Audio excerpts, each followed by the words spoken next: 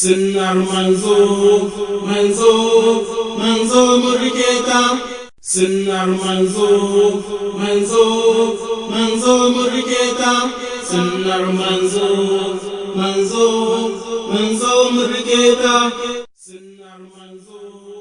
عن أبي سعيد الخدري رضي الله عنه قال قال رسول الله صلى الله عليه وسلم إذا تثاءب أحدكم فليمسك بيده على فيه فإن الشيطان يدخل. رواه مسلم.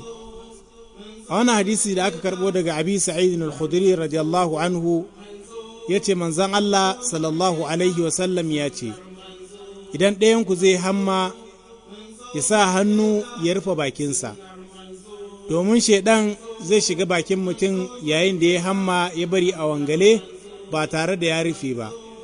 Wannan hadisi Imam Muslim ya rawaito shi. Sunnar manzo manzo manzo murketa